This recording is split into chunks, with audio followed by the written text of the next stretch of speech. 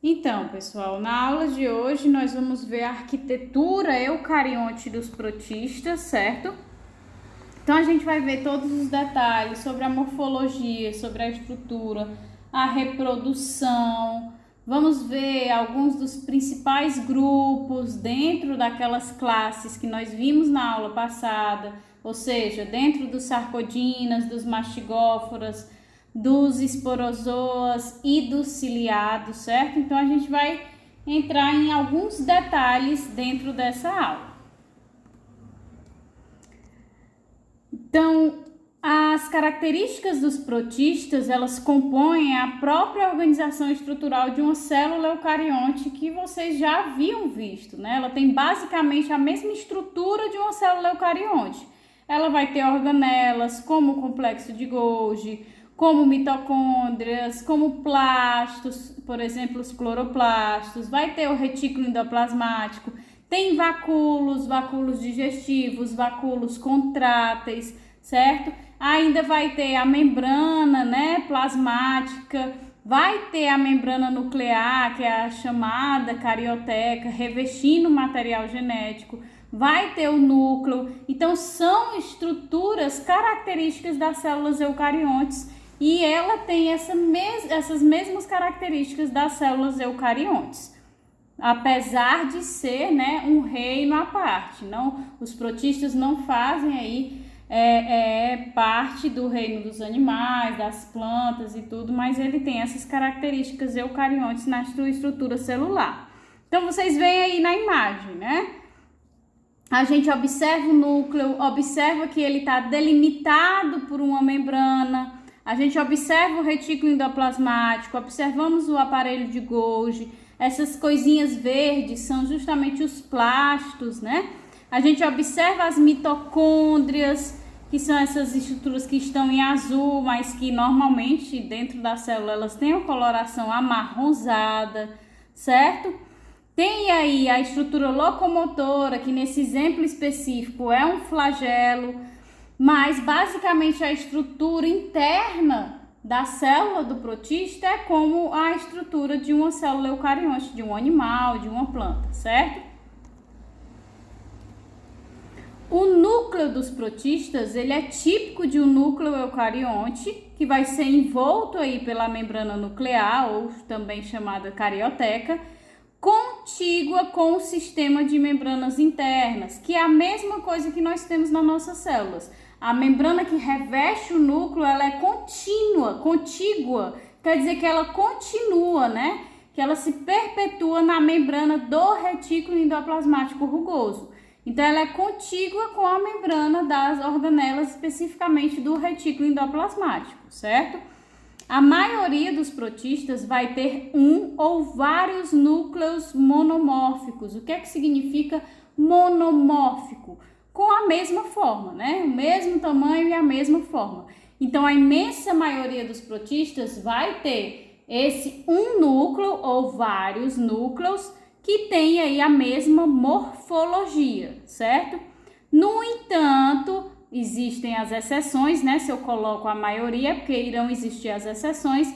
No entanto, os ciliados, eles possuem núcleos dimórficos, isto é, eles vão ter um macronúcleo, que vai ser um núcleo maior, que tem uma função vegetativa, e um micronúcleo, que tem aí um tamanho bem menor e tem uma função reprodutiva, certo?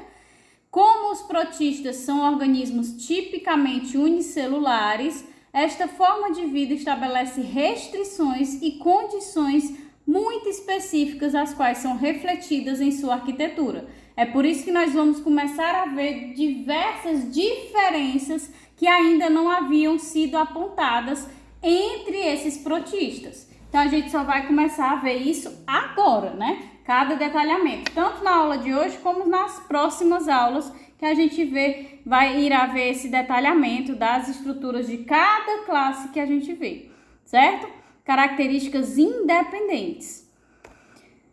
Então, vocês veem aí nessa imagem os vários tipos de protistas que vocês já tiveram contato. Então, nós temos aí exemplos de mastigóforos, né? Que são os flagelados. nós temos exemplos de sarcodinas, que são as amebas, certo? Nós temos exemplos de ciliados, que a gente tem aqui o plasmodium, por exemplo, né, revestido dos seus cílios para locomoção. Nós temos aqui também esses outros exemplos de ciliados. E aí, o que eu quero mostrar para vocês já nessa imagem é o que a gente acabou de falar sobre a estrutura, a morfologia dos núcleos, né? Cadê esse? Tá aqui.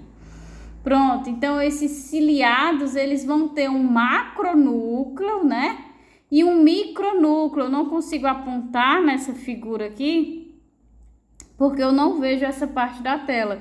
Mas nós vamos ter aí um macronúcleo e um micronúcleo nos ciliados. Eles têm essa característica de ter núcleos dimórficos, né? De forma, de morfologia diferente, certo? E temos aqui mais esse exemplo aqui, os de protistas. E esse exemplo aqui, perdão, são dos esporozoários, certo? O plasmódio é um exemplo dos esporozoários. Então, vamos lá. Vamos entrar em detalhes agora. Nós já vimos as características gerais, né, da arquitetura nucleoide dos protistas, que na sua imensa maioria tem um núcleo ou vários núcleos de mesma morfologia. E os ciliados são aquelas exceções que vão ter aí dois núcleos dimórficos, né, com morfologias diferentes, em que um é um macronúcleo vegetativo e o outro é um micronúcleo com função reprodutiva, certo? E quanto à locomoção e o suporte, nós também vamos ver inúmeras diferenças nesse ponto. Então, a forma de locomoção mais antiga dos protistas parece ser através dos pseudopódios, né? Que é o que a gente também chama de pseudópodes. E eles se formam nos grupos ameboides. Estes são expansões citoplasmáticas que formam lobos ou filamentos, sejam estes reticulados ou não. Vocês vão ver que existem vários tipos de pseudopódios, certo? Por isso que a gente coloca aí reticulados ou não. A gente vai entrar em detalhes de cada tipo de pseudópode, certo? Então, o endoplasma, que é o citoplasma mais profundo, mais interno da célula, ele tem uma consistência mais fluida, que é aquela consistência chamada de sol, certo? E esse citoplasma, que é mais fluido, né, que é o endoplasma assim chamado, ele vai se deslocar para a região de formação do pseudopódio. Nessa região vai haver uma modificação da consistência dele. Então, ele vai passar do estado de sol para o estado mais viscoso, que é chamado de estado de gel, um estado geleificado, certo? Quando ele atinge justamente as partes superficiais, né? Ele sai da região mais interna desse organismo e vai para a formação desse pseudópode para a região das extremidades, para que esse pseudópode possa ser formado e possa se engolfar um alimento, por exemplo. Então, para que isso aconteça, ele sai da parte interna na sua forma fluida e se prolonga até as extremidades. Quando chega às extremidades, por ter um contato com a superfície de forma mais direta, e aí a temperatura reduzir, ele se converte desse estado fluido, sol, para um estado mais denso, né, mais geleificado, que é o estado de gel, e consegue aí favorecer a formação dos pseudópodes.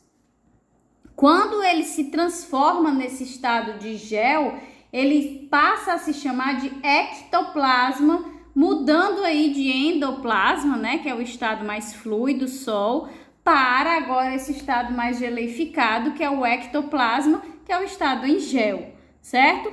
Dando forma aí a essa estrutura locomotora.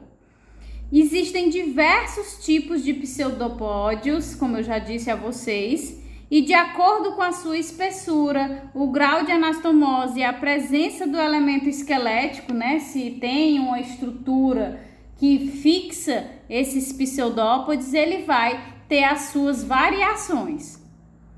Então, eu quero que vocês compreendam isso aqui. Isso aqui foi uma pergunta da prova do ano passado. Do ano passado, não. Do semestre passado. E ninguém acertou. Eu não entendo. Aí que eu perguntei na prova como se dava... Só o caminhão passar.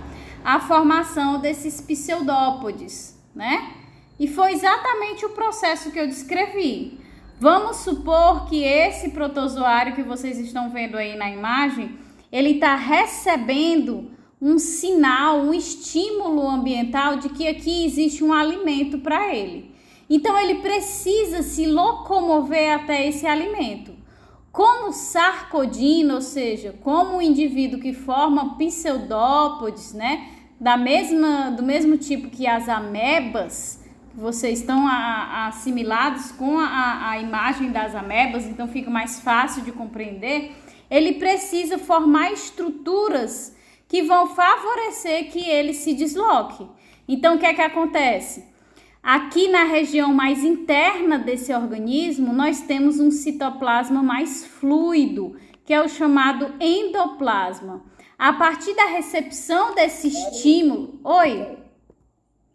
Está se movendo tipo em forma de gel, Exatamente. Tipo, então a resposta seria, tipo, como você está se movendo, não entendi qual a pergunta. Tipo, é a pergunta em si. Sim, eu vou responder para ti. Eu faço de novo a pergunta e aí eu respondo a questão, tá certo? Aqui, ó. Eu perguntei para eles como é que acontecia a formação dos pseudópodes, entendeu? Só isso mesmo, em uma linha. Como ocorre a formação dos pseudópodes nas amebas. Eu especifiquei as amebas justamente para facilitar a visualização e ver se eles recordavam, né? Então, como é que ocorre a formação dos pseudópodes? Foi o que eu acabei de dizer. Quando esse organismo ele recebe esse estímulo de alimento aqui, vamos supor, né, nessa região, vai vir o citoplasma mais interno, ele tá numa consistência fluida, que é o que a gente chama de sol. Ele recebe o estímulo do alimento, ele começa a se deslocar para essa extremidade.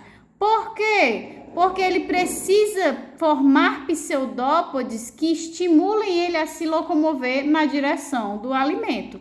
Então, quando ele vem aqui na consistência fluida, né, do meio interno e vem para essa extremidade para que inicie a formação do pseudópode, pela temperatura, né, mais fria na extremidade, ele começa a se converter do estado fluido, ou seja, do estado sol, para um estado mais denso, mais geleificado, que é o estado gel.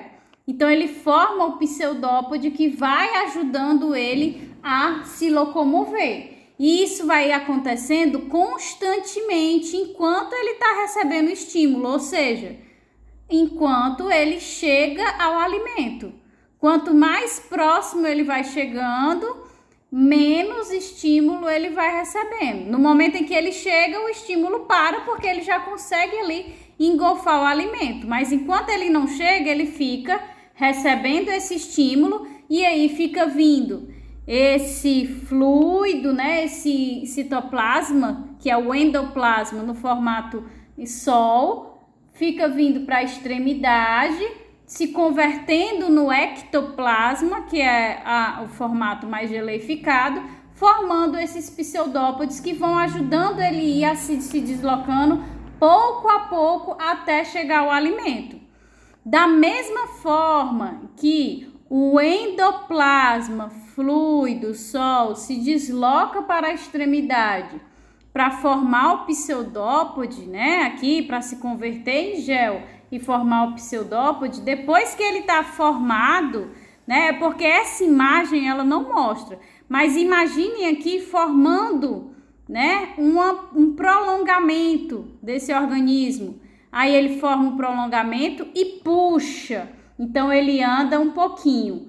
No momento em que ele puxa, esse pseudópode ele vai sair do estado gel, é a sequência das setinhas, né? ele sai do estado gel e vai voltando para a região mais interna, retornando ao seu estado sol. Enquanto isso, enquanto ele está retornando, outro pseudópode vai se formando porque o estímulo está continuando, né? O alimento, ele ainda não chegou no alimento, o alimento continua ali atraindo ele. Então, vai vindo, ou seja, isso aqui é cíclico, né? Enquanto o estímulo está ocorrendo. Então, vai vindo o citoplasma fluido, que é o endoplasma, no formato sol para a extremidade, se convertendo em ectoplasma no formato gel, para ir formando os pseudópodes que vão deslocando pouco a pouco e lentamente esse organismo em direção ao alimento de interesse. Então, isso vai acontecendo ciclicamente, é o que ele sai do estado sol para o estado gel, vem do gel para o sol, sai do sol para o gel, vem do gel para o sol. Então, vai mudando a consistência ciclicamente para que possa acontecer a locomoção, a movimentação até que se chegue ao alimento. Deu para compreender, Jássio?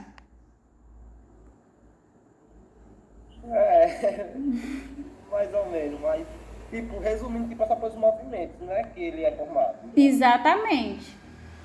É a mudança desse estado, né, de sol para gel que vai permitir que a locomoção aconteça, certo? Ele vai modificando de forma cíclica o estado de sol para gel, de gel para sol, para que vá se formando pseudópodes e assim a locomoção vai acontecendo. Então, como eu havia dito para vocês, nós temos vários tipos de pseudópodes, né? O primeiro tipo que eu vou apresentar para vocês são os lobopódios. Professora, Oi. Tem um aluno querendo falar. Oi, Natane.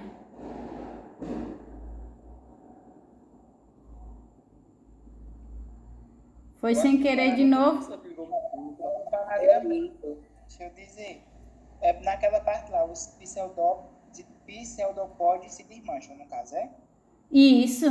Ele se forma, aí se desfaz. Se forma e se desfaz. E nesse processo de se formar e se desfazer, ele vai se locomovendo em direção ao alimento.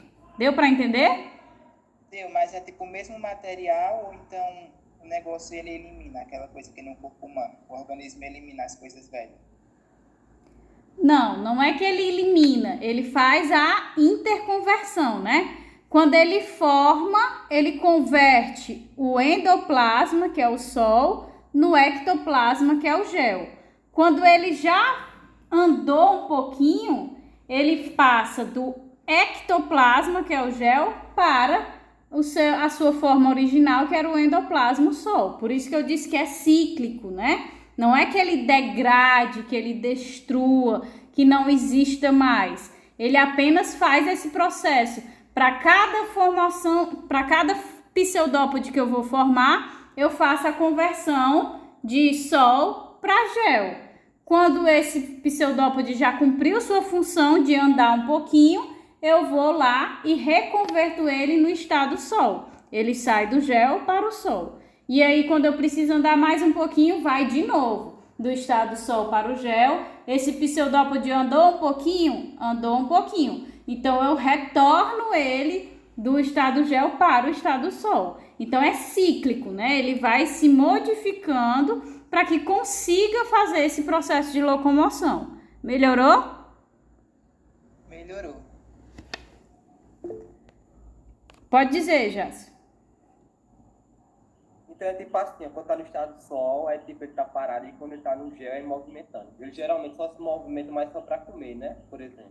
Exatamente, é como se fosse isso. Mas é importante que vocês compreendam que enquanto ele está retornando, né, do estado gel, né, depois do pseudópode ter sido formado e ter andado um pouquinho, e aí ele retorna, né, ao estado sol, outro pseudópode já está sendo formado, certo? Então não é como se formasse um único pseudópode por vez. O raciocínio que você falou está completamente certo. Porém, vão se formando vários. Por isso que a locomoção deles não é extremamente lenta. Se você botar no microscópio uma ameba se movimentando, você vê que ela vai lá com vários pseudópodes sendo formados, né, rapidamente. Só que o importante é que vocês compreendam o mecanismo. Mas não é que é formado um pseudópode por vez. Não, são formados vários. Deu para entender?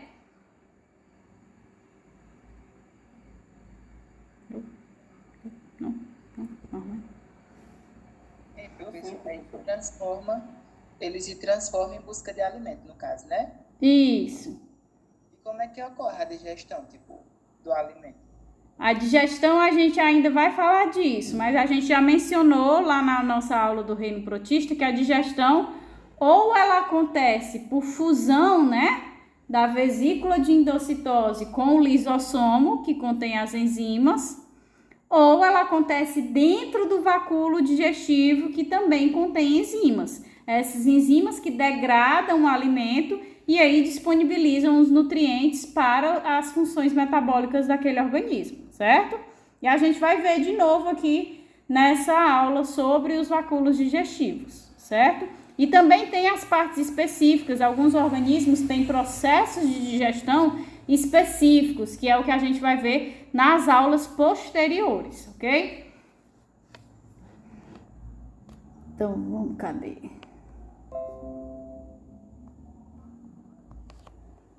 Então, o primeiro tipo de pseudópode são os lobopódios, né? Que são espessos e pouco numerosos, que são os característicos da ameba, por exemplo. Eu vou retornar aqui para vocês verem. Tá aqui, ó, a ameba é esse organismo aqui, que tem, ó, formação de vários, ó. Aqui, vamos supor, isso aqui é o alimento e ele está interessado em pegar esse alimento. Então, vocês veem que estão sendo formados vários pseudópodes em direção a esse alimento.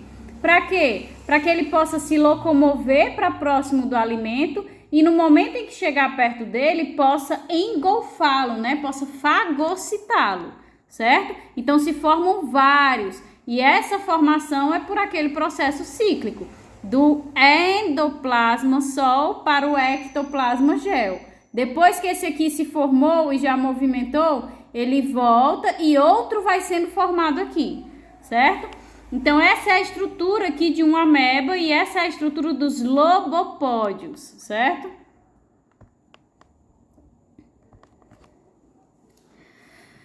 Nós temos também os filopódios, que são pseudópodes com estruturas filiformes, que ocorrem em maior número do que os lobopódios, que já são aquelas estruturas que eu mostrei agora da ameba, mais densas, né? Mais, vamos colocar assim, mais gordinhos, né? Temos também os reticulopódios, que são estruturas filiformes, porém, eles são anastomosadas. O que significa isso? Eles têm uma ponte citoplasmática, que forma uma rede microscópica. É como se fosse a gente não tem o citoesqueleto nas nossas células, que fica logo abaixo da membrana plasmática, e esse citoesqueleto é uma rede de fibras que dá sustentação e protege a nossa célula. Pois pronto, pois essa ponte citoplasmática que existe nos reticulopódios já justamente isso, da estrutura, né, da proteção e ajuda a formar esses reticulopódios. Por fim, nós temos aí os axopódios, que são pseudopódios muito finos, numerosos e são fixos. Por que eles são fixos? Porque eles possuem uma estrutura chamada de axonema, que é como se fosse um eixo esquelético que vai sustentar essa estrutura. Então, vocês veem aí que os reticulopódios, eles também têm uma estrutura que ajuda a sustentar, a dar forma, né, a proteger, mas é uma rede de fibras que não é fixa, certo? Ela tem certa maleabilidade dentro desse organismo, ela pode se movimentar. No caso dos axopódios, essa estrutura, né, essa rede fibrosa, ela é fixa. Por isso que eles têm essa nomenclatura diferente, sendo chamados de axopódios. Eles são muito numerosos e são fixos. Então, ele tem um eixo, como se fosse um eixo esquelético mesmo, duro, denso, que ajuda no processo de locomoção, mas não sai do lugar, certo? Ao contrário dos reticulopódios. Os axopódios, eles vão ser móveis na sua superfície, mas eles não mudam de forma ou tamanho devido a esse eixo esquelético. Vocês vão ver, né, nas figuras que eu vou mostrar, que o axopódio, ele tem essa estrutura fixa, densa, como se fosse um esqueleto, mas ele fica na base, certo? Na base do axopódio. Então, a parte superior é que vai ter, né, locomoção, capacidade de se locomover. Mas ele não pode se deslocar, né? Eles não são móveis, ele não pode mudar sua forma, não pode mudar seu tamanho, porque eles têm uma base fixa, que é o axonema. Devido ao seu caráter esquelético, esse axonema vai desempenhar um papel importante na sustentação dessa célula. Então, vejam aqui, ó. Nós temos primeiro, no primeiro exemplo aqui, né, os lobopódios, que são aqueles pseudópodes que têm aquela característica da ameba, né, que são mais gordinhos, como eu coloquei, que são o que nós vimos na figura que descreve a locomoção através dos pseudópodes, né, que é o processo cíclico de sol, gel, gel, sol. Então, é esse primeiro, cadê a setinha? Pronto. Esse primeiro lobopódio aqui. Esse B vai ser o exemplo do axopódio, certo? O B é o axopódio, que ele tem essa base fixa, né? Que é o chamado de... Oh, desculpa, gente. Oh, meu Deus do céu. Cadê a seta? Aqui é o axopódio, que ele tem essa base fixa dentro dele, que é praticamente uma estrutura esquelética, certo? Que é esse que está em preto aqui na figura. Então, ele vai ter essa estrutura mais firme, fixa, que impede ele ter mobilidade em si, né? Dentro de si, mas ele consegue, através dessa estrutura que reveste aqui, dar a locomoção e a mobilidade que o organismo necessita. Esse B aqui, que eu não sei se eu estou passando a setinha em cima dele, mas é o B, certo? O B já é o exemplo dos filopódios, que são as estruturas filamentosas, né, filiformes, que formam também pontes de locomoção para o organismo. E os reticulopódios têm a mesma estrutura dos filopódios, mas percebam que dentro deles, ó, existe uma estrutura aqui, tipo um desenho, né, dentro deles. E esse desenho dentro deles vai aí simular... Poderia explicar de novo? Posso sim. Então vamos lá, ó. Vai mesmo, no computador, por favor. É só esse aqui, o D? Não, tipo, a B é que fugiu em minha mente, só me atrapalhei. Tá certo. Então, esse primeiro A são os lobopódios, que são os mais gordinhos. O segundo, que é o B, são os filipódios, que são os que têm estrutura filiforme, né? Como se fossem fios mesmo de cabelo. Mas vocês veem que são apenas estruturas ramificadas. A gente não vê nada dentro da estrutura dos filipódios, certo? Nesse C, nós temos o axopódio, que tem aqui, ó, marcado em preto, representado em preto, o axonema, que vai ser a estrutura que simula o esqueleto, né? Essa estrutura esquelética, que ajuda a fixar esse axopódio, certo? E aí, como é que ele consegue, professor, então, se locomover e se mover se ele é fixo? Essa partezinha branca aqui é a parte não esquelética e não fixa, que consegue realizar a locomoção desse organismo. E por fim, no D, nós temos os reticulopódios, certo? E os reticulopódios, eles têm estrutura bastante similar aqui ao B, né? É uma estrutura ramificada que forma uma rede. No entanto, o que é que a gente observa de diferente nos reticulopódios? Dentro não é branco, né? Que é como se não tivesse nada. Dentro a gente observa que tem algumas coisas, e essas coisas é justamente essa rede de fibras que dá suporte, que protege essa estrutura dos reticulopódios, certo? Então, esses são os 4 tipos de pseudópodes principais: os lobopódios, os filipódios. Oi. Como é que ele se movimenta? Tipo, ele tem estrutura mais tipo densa, dá pra ver. Tipo, ele movimenta igual os outros? Movimenta da mesma forma. Essa imagem aqui que nós vimos, né, para descrever a movimentação por pseudópodes é para todos os tipos de pseudópodes. Então, independente dele ter um axopódio ou um reticulopódio ou um filipódio, ele vai se movimentar da mesma forma que vocês viram na imagem para o lobopódio.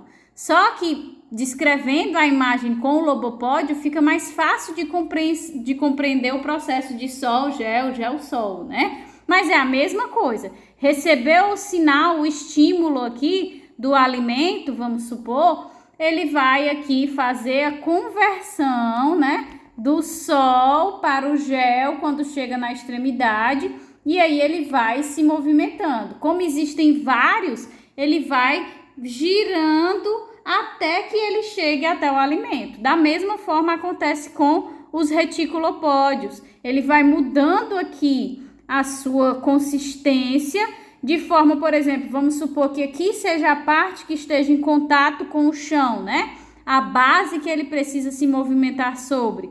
Então, daqui vem o sol, né? A consistência mais fluida. E quando chega bem aqui na extremidade, ele se converte em gel. E aí, essa fibra vai o quê? Ela vai se tensionar. E aí, mexe um pouquinho. E aí, volta e vem de novo. Tensiona e mexe um pouquinho, certo? Então, é como se a fibra contraísse.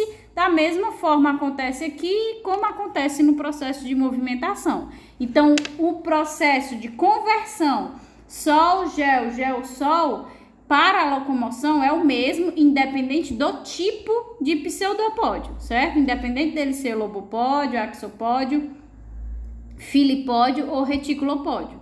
Deu para entender? Professora. Oi. Aí, no caso, tipo assim, eles só conseguem pegar o alimento quando tá querendo uma geleia, né? Isso. Aí quer dizer que, tipo assim, como na parte do centro, só passa um sol quando tá mais fluido, não tem alimento no meio, só tem nas extremidades, é? Não, tem. Isso é para se movimentar e se locomover. No momento em que ele tem o contato com o alimento, ele vai fazer a fagocitose, a endocitose do alimento, certo? Que é a formação daquela vesícula. Aquela vesícula, ela vai se deslocar para onde estiver o lisossomo ou o vacúolo digestivo. Se ele estiver no centro do organismo, vai ser no centro do organismo. Se ele estiver na extremidade do organismo, vai ser na extremidade do organismo. Se estiver lá na extremidade lateral, na extremidade superior, inferior, ele vai até onde ele encontrar a fonte de degradação, ou seja, a fonte das enzimas, que é ou o lisossomo ou o vacúolo digestivo, certo? Então, isso é para locomoção, tá aí, ó, locomoção e suporte, que a gente está vendo nos slides. Então, esse processo de formação sol, gel, gel, sol, é para que ele se locomova a determinado estímulo. Professor, o estímulo é só o alimento? Não, por exemplo, a gente não viu numa aula sobre quimiotaxia, determinadas plantas ou determinados animais predadores liberam determinadas substâncias. E essas substâncias podem repelir os protistas. Então, eles também podem fazer o movimento sol, gel, sol, para fugir de determinado estímulo. Então, nem sempre eles vão se direcionar para o estímulo, eles também podem fazer o movimento de se afastar do estímulo, certo? Então, a formação dos pseudópodes é para locomover, para locomoção, certo? Não é para fagocitar o alimento, isso aí é outro processo metabólico que a célula realiza. O processo de fagocitose já é pegar a membrana plasmática, né, envolver o alimento e aí desprender a vesícula formada para dentro da célula, e aí essa vesícula contendo o alimento, ela vai se direcionar até o lisossomo ou até o vacúolo digestivo. Independente dele estar no centro, no meio, isso não tem relação com a consistência endoplasma sol, ectoplasma gel. Não tem relação com isso. E isso é apenas voltado para a locomoção. Endoplasma sol, ectoplasma gel, certo? Só tem relação com locomoção. Ok, né? Beleza.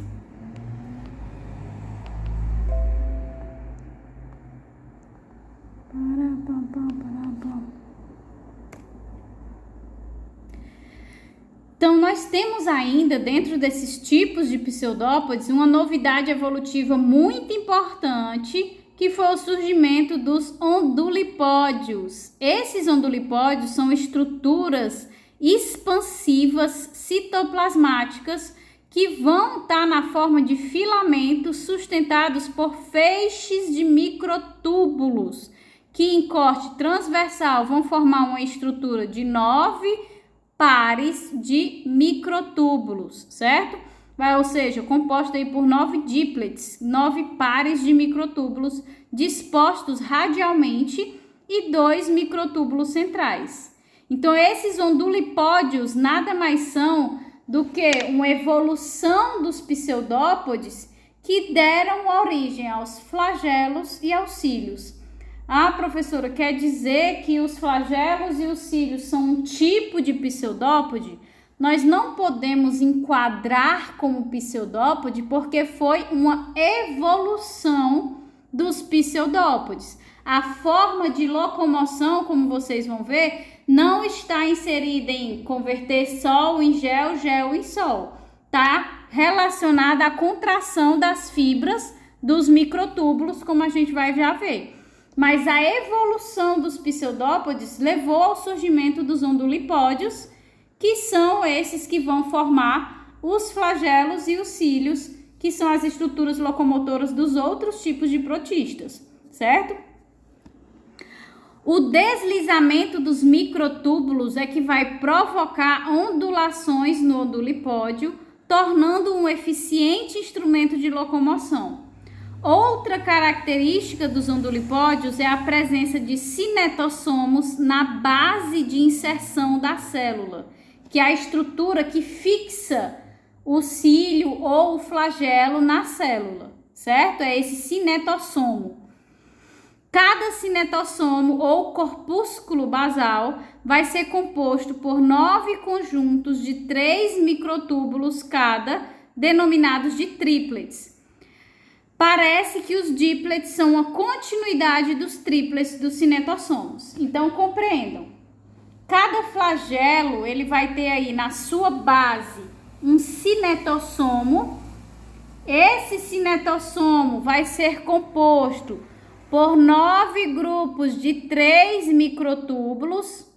E aí, depois que esse cinetossomo começa a formar o flagelo em si, esses 9 grupos de 3 microtúbulos vão se convertendo em 9 grupos de 2 microtúbulos, certo? Então, a base fixa, chamada cinetossomo, ela vai conter 9 grupos de 3 microtúbulos. Aí, a continuação, que é a parte móvel, o flagelo em si, vai conter aí 9 grupos de 2 microtúbulos. Microtúbulos é aquilo que forma aquela rede no processo de divisão da célula, né? Forma uma rede fibrosa que puxa os cromossomos para a extremidade. Só para vocês se lembrarem o que são os microtúbulos. Então, ele forma essa rede fibrosa. Então, por isso que ele tem uma forma de locomoção mais eficiente. Porque se é uma fibra, lembrem de fibra muscular. Se é uma fibra, ele pode contrair e relaxar. Contraindo e relaxando, ele faz essa forma de locomoção mais eficiente através dos flagelos e dos cílios. Então, observem aqui, ó, na imagem. Nessa primeira imagem A, vocês visualizam a parte móvel do flagelo, que é formada por 9 grupos de 2 microtúbulos e os 2 microtúbulos centrais, certo? Isso aqui é a parte móvel, é a parte que contrai e relaxa e faz o movimento espiral do flagelo nos organismos que se locomovem por flagelo entre os protistas. Já essa figura B aqui mostra a estrutura do cinetossomo, né? Já o cinetossomo ele vai ter 9 grupos de 3 microtúbulos e vai ser a parte que fixa o flagelo ao organismo, certo? Vai ser a parte que prende o flagelo ao organismo, certo? Então, essa parte fixa que fica dentro do organismo é chamada de cinetossomo, contém 9 grupos de 3 microtúbulos e vai ter essa estrutura apenas ali na parte que está dentro do organismo. Quando ele sai, começa a formar o cabelinho, né, o flagelo, ele já vai ter essa estrutura em A, que são os 9 grupos de 2 microtúbulos e os 2 microtúbulos centrais. Os 2 tipos principais de ondulipódios, como eu já adiantei para vocês, né, são os flagelos e os cílios. Os flagelos são geralmente mais longos e em menor número que os cílios e tem movimento ondulatório ou helicoidal, né, como se fosse um espiral, certo? Já os cílios, eles são bem menores em tamanho, mas ocorrem em um número muito maior, certo? E eles possuem um movimento de chicote em um único sentido. Então, os cílios e os flagelos são organelas locomotoras muito mais eficientes do que os pseudopódios. Por isso, eles não podem ser enquadrados como um tipo de pseudópode, porque eles são um tipo de ondulipódios que foram evolução dos pseudópodes. Então, dentro dos ondulipódios, que é a evolução, nós vamos ter os flagelos e os cílios. A estrutura de ambos é a mesma, certo? Tanto os flagelos como os cílios têm a base que prende, que é o cinetossoma, que é formado por 9 grupos de 3 microtúbulos, e a parte móvel, né, a parte do filamentado, flagelo ou do cílio, vai ter aquela estrutura de 9 grupos de 2 microtúbulos e os 2 microtúbulos centrais. A movimentação do flagelo ou é por onda, né, o movimento ondulatório, ou é em espiral helicoidal. Ele faz a locomoção do organismo através desses 2 tipos de movimento.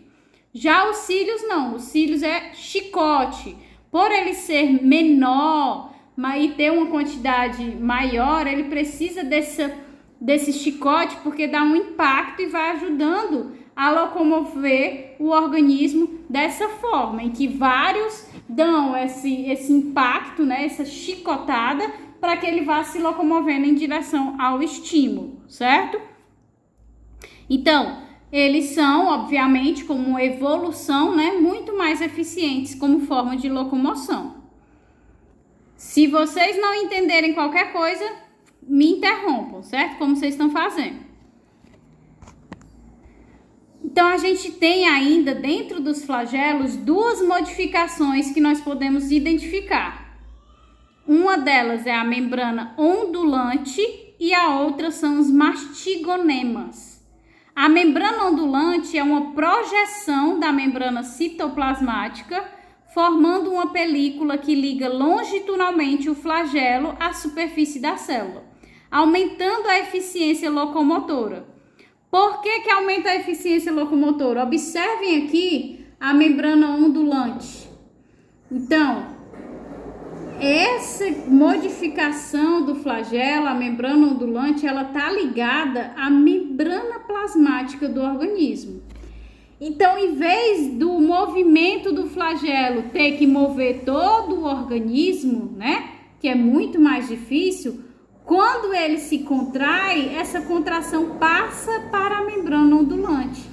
Então, a locomoção do organismo como um todo, ela se torna mais fácil, concordam comigo? Do que eu ter que mover apenas, vamos supor que não existe a membrana ondulante. Então, a contração está acontecendo só aqui, no flagelo. Ele tem que contrair para mover todo esse organismo.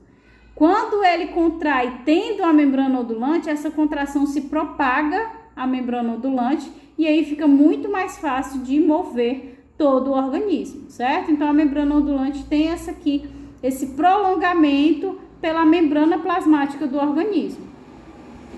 E os mastigonemas, o que são? Os mastigonemas já vão ser expansões laterais do próprio flagelo, certo? Na forma de cabelos, podendo ou não ser ramificados. Os mastigonemas e as membranas ondulantes, eles vão servir para aumentar a superfície de contato com o meio, tornando a locomoção mais eficiente. Então, observem aqui os mastigonemas. Então, esse organismo, ele tem 2 flagelos, ó. 2 flagelos partindo aqui dos seus cinetossomos, dos seus corpúsculos basais. Esses flagelos, eles vão ter os mastigonemas, que são esses cabelinhos aqui. Então, além dele contrair e ajudar na locomoção do organismo, os mastigonemas também contraem. Então, concordam comigo que a locomoção vai ficar muito mais eficiente do que se tivesse só o flagelo, né? Só esse fio longo aqui contraindo. Quando eu tenho isso contraindo e todos esses cabelinhos contraindo, essa locomoção ela se torna mais eficaz. Ela tem uma contração mais forte, consegue mover o organismo de forma mais eficiente, certo? Então, essa é a função dessas modificações do flagelo, a membrana ondulante e os mastigonemas. Karina, volta aí, por favor. Volto. É que eu tava te pensando, os cílios, é aquele que tem um chicote ou é o redondinho, o cílio? Isso. Os cílios, compreendam, os cílios, a gente já viu também em aulas anteriores, eles são dispostos sobre todo o organismo, certo? Então, são coisas diferentes. Os cílios, eles são dispostos sobre todo o organismo. Os mastigonemas não, eles só estão localizados no flagelo desse organismo. Deu para entender? Ah, sim, é que eu tava pensava que um cílio é tipo a estrutura toda, mas tipo o cílio está em todos, mas tipo os flagelos tipo é só as pontinhas, né? Tipo esse chicote. Isso, exatamente. Tá só no flagelo, os mastigonemas. Por isso que é uma modificação. Oi? Essa estrutura aí do flagelo era igual àquela da bactéria que a gente apresentou no semestre passado. Pronto. Aqui, ó, só mais uma imagem para que vocês visualizem a membrana ondulante. Aqui é outro organismo, né? Que tem também a membrana ondulante. Observem aqui nessa estrutura lateral, que eu não consigo ver onde começa, um único flagelo que ele tem a prolongação aí para a membrana plasmática do organismo, formando a membrana ondulante, ou seja, esse organismo ele tem uma forma de locomoção mais eficaz, né? Já os cílios, eles também têm algumas modificações, como os flagelos, né? As modificações ciliares, elas vão ser resultado da fusão dos cílios, que vão formar estruturas maiores, como os chamados cirros e membranelas. Então, os cirros, eles são estruturas cônicas, formadas pela fusão de vários cílios. Já as membranelas são estruturas locomotoras ou de formação de correntes de líquidos em forma de membranas originadas também pela fusão de muitos cílios. Então, aqui vocês vão ver os cirros, certo? Que formam esses cones, que vocês veem que eles são mais espessos, né? porque eles foram formados pela fusão de vários cílios. Então, eles têm essa estrutura mais espessa. Mas, como eu já disse a vocês, os cílios eles se dispõem sobre todo o organismo. Então, aqui são cirros, aqui são cirros. Então, independente de ser modificação de cílios ou não, ele está sobre todo o organismo, né? E aqui já vai ser um exemplo de membranelas. E aí é um curioso, né? Que nós temos as duas modificações dentro do mesmo organismo. Então, esse organismo ele tem tanto os cirros como tem as membranelas. As membranelas também têm essa estrutura aqui fundida, só que em vez dela formar um cone separado, né, vários cones mais grossos, como se fossem pelos mais grossos, né, em separado, não, ela forma uma estrutura mais ampla com as pontinhas aqui, ou seja, ela funde muito mais cílios para formar essa estrutura, né? Enquanto aqui a gente imagina que seja a fusão de uns 4, 5 cílios, aqui a gente já vê que é a fusão de muitos mais cílios, formando essa estrutura mais densa, certo?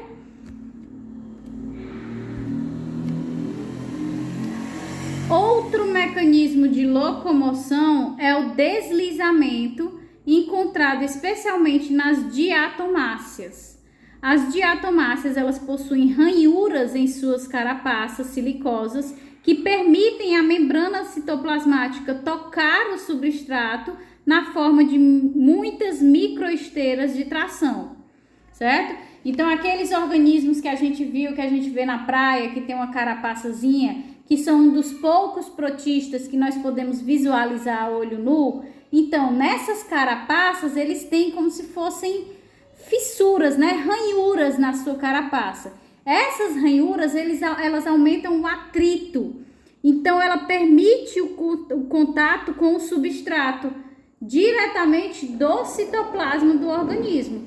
Então, o citoplasma que está lá protegido pela carapaça, através dessas micro ranhuras, ele consegue entrar em contato com o meio, ou seja, com o substrato. E aí aumenta o processo de atrito, atração, e ele consegue se mover através desse mecanismo de tração. Esse atrito que acontece entre o citoplasma e o substrato, devido à presença dessas ranhuras, micro ranhuras nessas estruturas, certo? E nós também temos ainda algumas euglenófitas que realizam uma contração corporal intensa em alguns momentos. Provavelmente existem miofilamentos que, ao se contraírem, provocam esse movimento denominado movimento euglenoide, que nós vamos descrever detalhadamente lá na aula de euglenas, que também foi uma questão da prova. A questão, na verdade, foi essa, né? A questão foi: descreva como ocorre o movimento através dos pseudópodes, que foi o que nós vimos, Sol, Gel, Sol, e o movimento euglenoide. Eu perguntei os dois juntos na mesma questão, ninguém soube responder. Então, esse movimento euglenoide nós vamos descrever em aulas posteriores, certo? Aqui é só para citar que existe ainda, além dos pseudópodes, além dos flagelos e suas modificações, além dos cílios e suas modificações, nós vamos ter aí as ranhuras das diatomáceas e vamos ter também os miofilamentos dos euglenoides, certo? São os principais mecanismos de locomoção dos protistas. Para dar suporte à estrutura dos protistas, nós temos aí alguns reforços da membrana citoplasmática, que são típicos principalmente dos mastigóforos, né, que são os flagelados, e dos cilióforos, que são os ciliados. Essas estruturas típicas de sustentação nos protistas são a película e o complexo cortical. A película, que é típica dos flagelados, vai ser construída por espessamentos da membrana citoplasmática através da adesão de microfilamentos e microtúbulos. É como se fosse a nossa membrana plasmática, logo abaixo dela, nós temos o citoesqueleto. É como se fosse, o citoesqueleto é formado, né, de miofilamentos, microtúbulos e tal. Então, é como se fosse a fusão da membrana plasmática com esse citoesqueleto.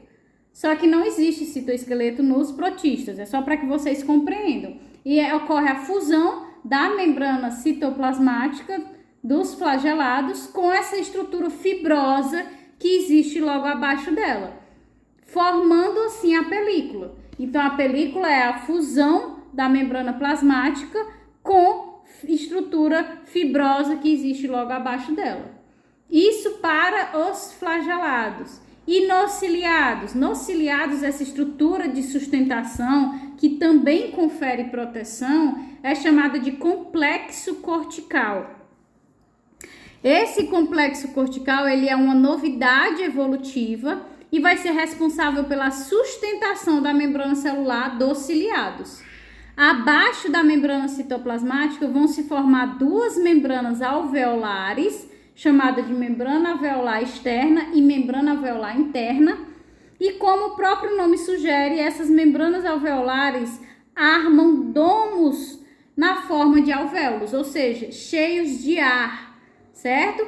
Então, esse complexo cortical, ele vai ser a membrana plasmática mais essas membranas alveolares, a externa e a interna, que tem aí, é como se fossem os alvéolos do pulmão, né? São cheios de ar. Por isso que eles conseguem formar essa estrutura que se separa, como se fossem sáculos, certo? Sáculos super finos que ajudam a formar essa estrutura mais densa que dá o suporte e também protege os ciliados.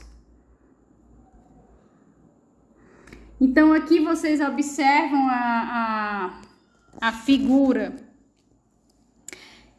que é uma figura que era para a gente ter visto perto lá da estrutura dos flagelos e dos cílios, né? Que é a estrutura base do cinetossomo, ou seja, é daqui do cinetossomo que vai partir o flagelo ou o cílio, e a estrutura do cinetossomo vai ser formada por 9 grupos de 3 microtúbulos, e aí vocês conseguem ver nessa imagem, ó, que sai dessa estrutura densa para uma estrutura que tem certas separações, que é justamente a conversão de 9 grupos de 3 microtúbulos em uma estrutura de 9 grupos de 2 microtúbulos, né? Então, por isso que ele fica mais maleável depois que ele sai da parte basal, dessa estrutura basal que prende o flagelo ou o cílio ao organismo. Então, isso aqui é o cinetossomo, é a estrutura que prende, né, o corpúsculo basal de onde parte o flagelo ou o cílio, certo? Então, aqui é só para que vocês visualizem a estrutura fibrosa, o sistema de fibras que a gente vê quando corta, por exemplo, aqui, ó, vários cílios. Então, a gente vê aqui os vários grupinhos, ó. Grupinhos de 9 triplets, grupinhos de 9 triplets, quando a gente corta diretamente no cinetossomo. E aqui é o prolongamento, ó. Pela quantidade, vocês já sabem que isso aqui é um exemplo de um organismo que é formado por cílios, né? Um ciliado, pela quantidade que tem um ao lado do outro. Então, o cinetossomo que prende esses cílios contém 9 grupos de 3, certo? E aí, à medida que vai formando o cílio, esse cílio vai ter uma estrutura de 9 grupos de 2 microtúbulos e os 2 microtúbulos centrais, certo? Tenho que adiantar essa figurinha nos slides.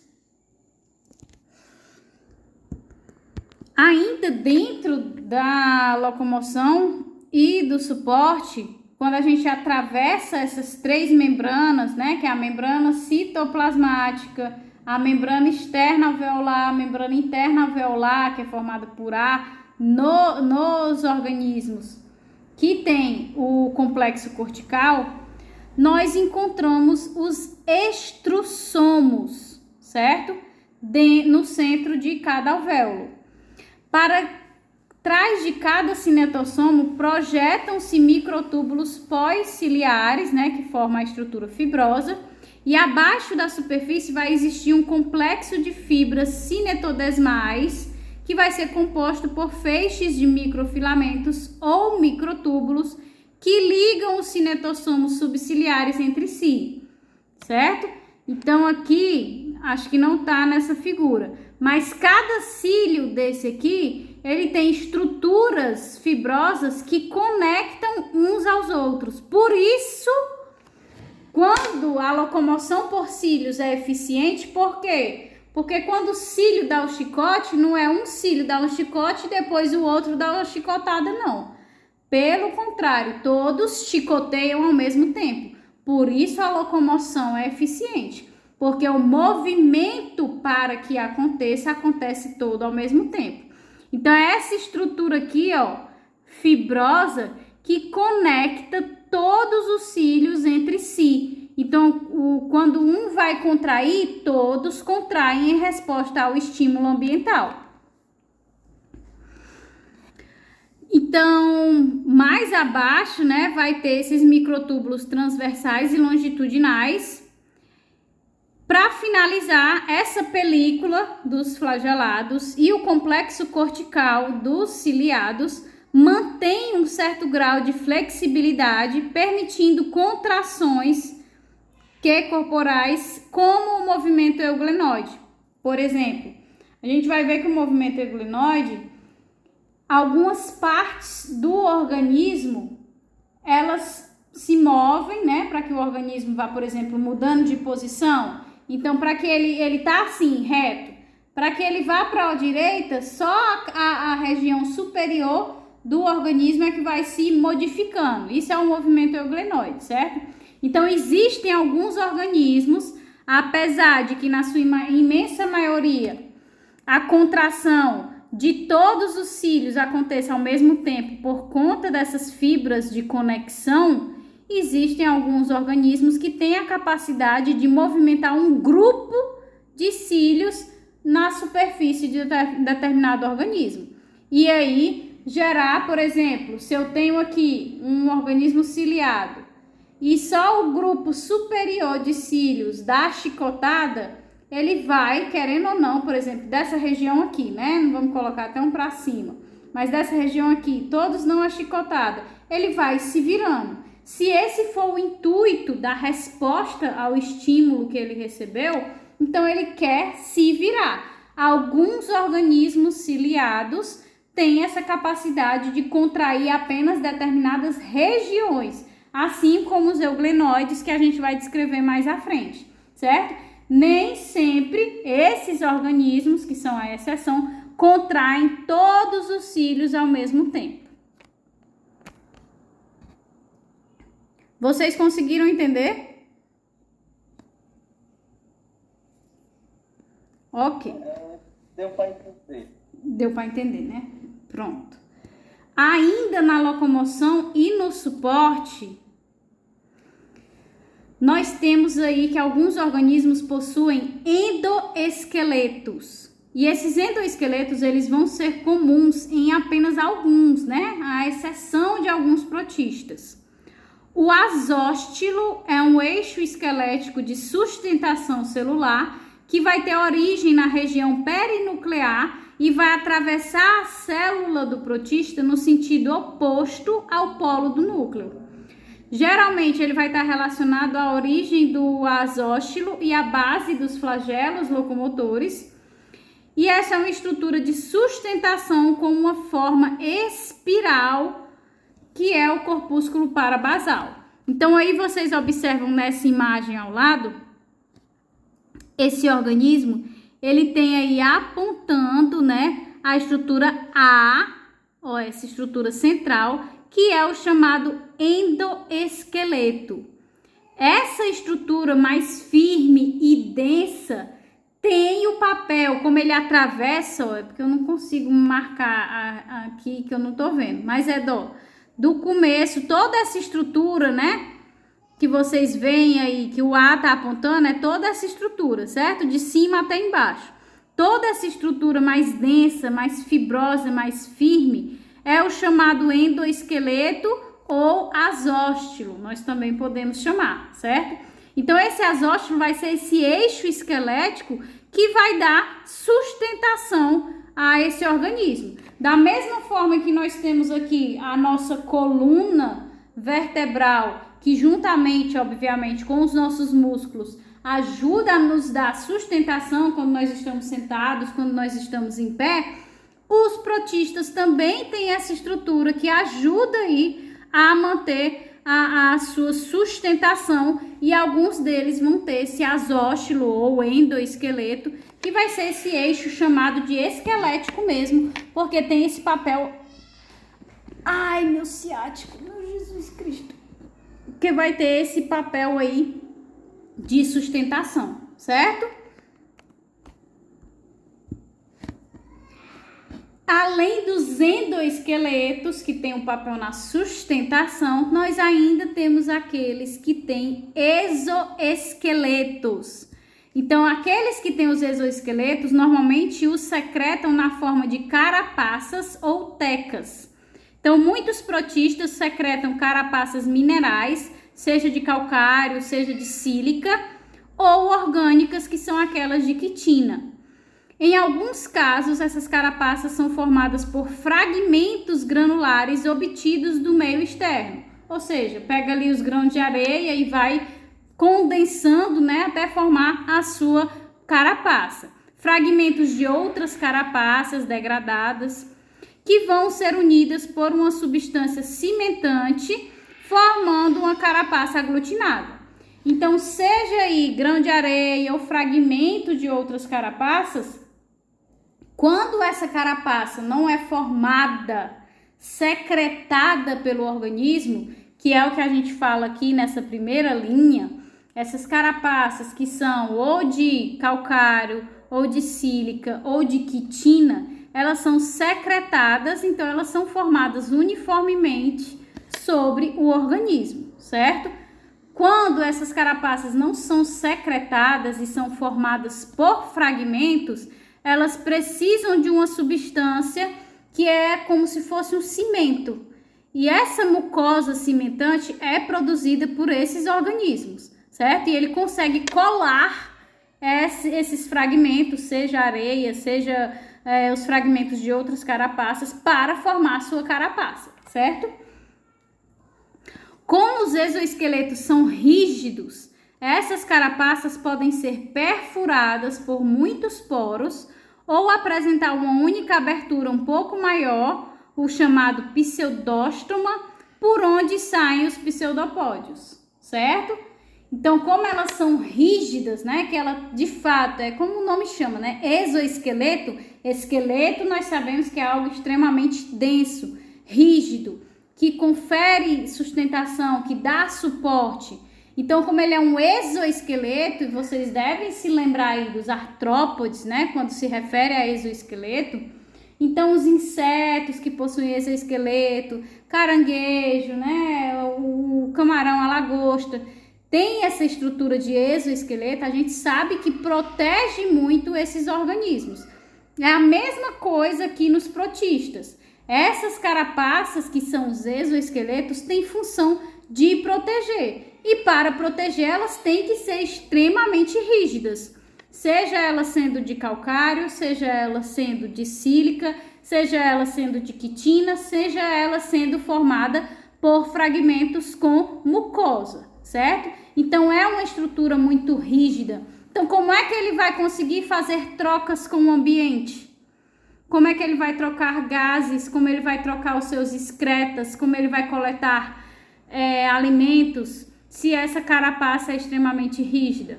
Então, por ser extremamente rígida, ela precisa ser perfurada por um poro grande, que é o chamado pseudóstoma, ou por vários poros pequenos, para permitir a interação do organismo com o ambiente, certo? Porque sem interagir com o meio, ele não consegue sobreviver. Oi. Então, tipo, não é, tipo, tá, os pseudomas não tá atacando ele, tá, tipo, ajudando ele a sobreviver, né? Tipo, porque sem eles não ia ter nenhum buraco pra sair os experimentos. Então, tipo, isso morria, por exemplo, né? Exatamente. É unir o útil ao agradável. Eles precisam da carapaça para se proteger de predadores, né? Do meio mesmo, que ele tem uma estrutura rígida, então confere proteção, mas ele precisa interagir com o meio para se alimentar, para excretar, né? Liberar as toxinas do seu corpo. Então ele precisa interagir. Ele precisa se locomover. Como é que ele vai formar o pseudópode se ele não consegue se mexer? Se a estrutura rígida não tem nenhum canto para ele sair. Então tem que haver a formação desses microporos ou de um poro muito grande, que é o pseudóstomo, certo? Então aqui a gente tem alguns exemplos de protistas que possuem carapaças. Aqui na imagem vocês têm, é porque está aberto, certo? Esse organismo é fechado. Vocês têm um exemplo que tem vários poros, então tem vários pontos de contato com o meio ambiente, certo? Enquanto esses outros, eles vão ter o pseudóstoma, que é aquele que tem o orifício maior, né? Tem um poro maior para que esse contato com o meio seja realizado. E é por ele que vai se expandir aqui, cadê a série? Pronto. Os lobopódios, né? Esses pseudópodes aqui mais gordinhos. Então é por esse orifício que vão sair esses pseudópodes, sem perder a proteção da sua carapaça, do seu exoesqueleto. Agora vamos aos mecanismos de alimentação, e aí vocês vão ver que compreender o processo de locomoção também vai ajudar a entender o processo de alimentação. Então, muitas das organelas locomotoras dos protistas estão relacionadas com o mecanismo de alimentação. Os pseudópodes dos grupos ameboides, além de ajudar a locomover, eles também possibilitam a ingestão celular de alimento através da fagocitose, né? Na fagocitose, o alimento vai ser envolto por dois pseudopódios que, ao se fundirem, vão formar o vacúolo digestivo. Estes últimos vão receber enzimas que digerem o material alimentar, provavelmente do lisossomo, certo? Então, aqui, ó, estão sendo formados os pseudopódios. Aqui está o estímulo alimentar que a gente viu lá no movimento dos pseudópodes, certo? Ele finalmente, depois de ir formando sol, gel, gel, sol, sol, gel, gel, sol, sol, gel, gel, sol, cheguei. Quando ele chega, ele forma novamente pseudópodes. Para quê? Porque são esses pseudópodes que vão ajudar na formação da vesícula de fagocitose. Então, ele envolve o alimento, fecha e ocorre a fusão aqui da membrana, formando uma vesícula. E aí forma o vacúolo digestivo. Esse vacúolo digestivo, voltando àquela dúvida inicial, né? Ele pode ir para qualquer parte.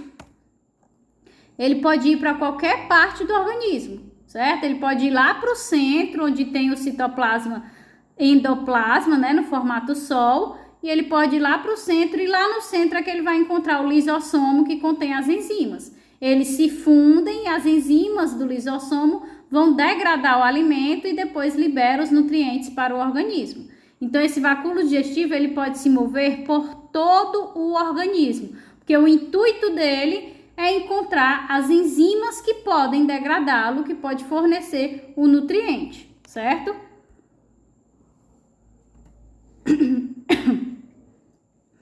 Nos cilióforos, certo? Que são aqueles que são recobertos por cílios, as membranelas e os cirros orais vão promover correntes de líquido que trazem o alimento até o citóstomo. O citóstomo se abre internamente na citofaringe e um tubo que se aprofunda no citoplasma vai ser onde vai se formar os vacúolos digestivos nos ciliados. Então, os ciliados, eles têm essa diferença dos outros organismos, por quê? Porque em vez dele formar uma vesícula de fagocitose, o que é que ele faz? Ele tem como se fosse uma boca. Qual é o nome da boca dos ciliados? Citóstoma, certo? Então, a movimentação, a contração dos cílios está movimentando aqui o meio onde o protista está. Está movimentando a água, por exemplo, se ele estiver dentro de um lago. Está movendo a água e aí, em determinado momento, um alimento toca esses cílios e manda o estímulo alimentar. Então, eles vão se mover para que a água continue se movendo com o alimento em direção ao citóstoma. Eles vão contraindo para empurrar o alimento até o citóstoma. Quando esse alimento chega aqui, o citóstoma se abre e aí o alimento penetra através do tubo digestivo e quando ele chega lá no final do tubo digestivo, ele forma o vacúolo digestivo. E aí entra dentro do organismo até se fundir com o lisossomo, que contém as enzimas, e ser degradado. Então, primeira diferença que nós vemos, né, do geral dos protistas, são os ciliados, que eles têm uma boca para se alimentar, certo? Eles recebem o alimento através da boca. Lá dentro, eles seguem por um tubo digestivo, que é a citofaringe, e no final da citofaringe, eles formam o vacúolo digestivo, certo?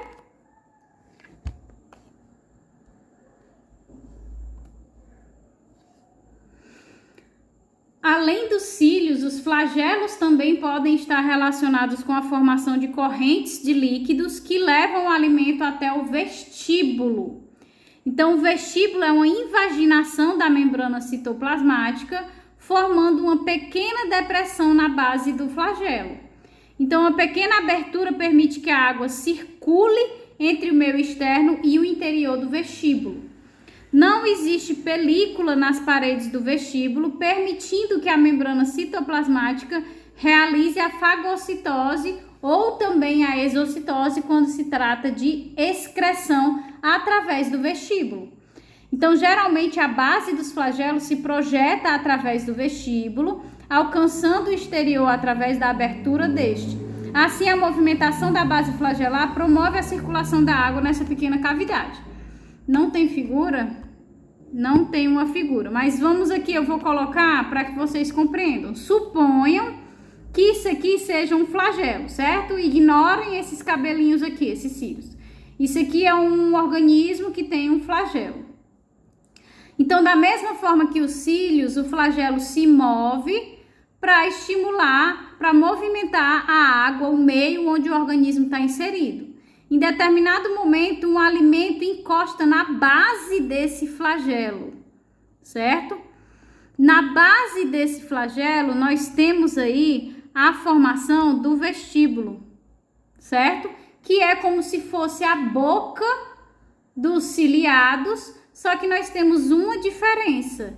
Nos ciliados, vocês viram que quando o alimento chega, o citóstoma, que é essa boca, se abre para que o alimento entre. No caso dos flagelados, não. É na base dele, lá no cinetossoma desse flagelo, nós vamos ter uma cavidade que é constantemente aberta, que é chamada de vestíbulo. É nessa cavidade que, através do movimento da água, né, onde está o alimento, que esse alimento pode acabar entrando no vestíbulo. Acabar entrando nessa cavidade. Quando ele entra nessa cavidade, quando ele entra nesse vestíbulo, ele vai estimular que a fagocitose aconteça. A fagocitose aqui é a formação, né, o prolongamento da membrana plasmática para a formação da vesícula. Então, o flagelo se movimenta para atrair o alimento para a cavidade que existe em volta do seu cinetossomo, que é a sua base que fixa ele no organismo. Certo?